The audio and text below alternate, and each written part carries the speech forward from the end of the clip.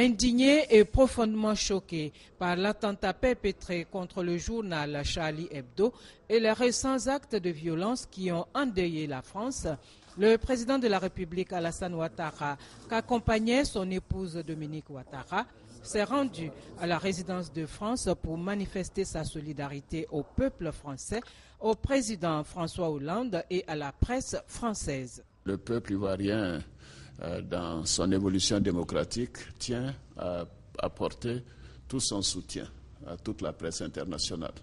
Et donc c'est un événement qui nous concerne tous et je voudrais donc réitérer mes condoléances, toute ma compassion au président François Hollande, à qui j'ai adressé d'ailleurs 2 messages de condoléances.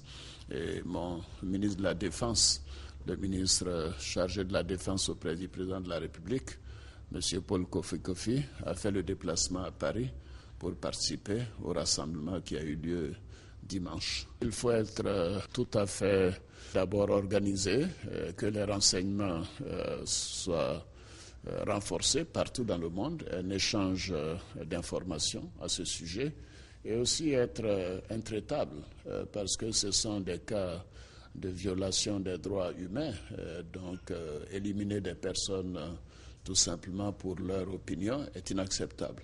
Donc il faut une plus grande concertation des chefs d'État parce que nous sommes tous concernés par ces actes de terrorisme. Tout près de nous, nous avons le cas du Nigeria avec Boko Haram qui fait des morts, des dizaines, des centaines de morts quasiment toutes les semaines.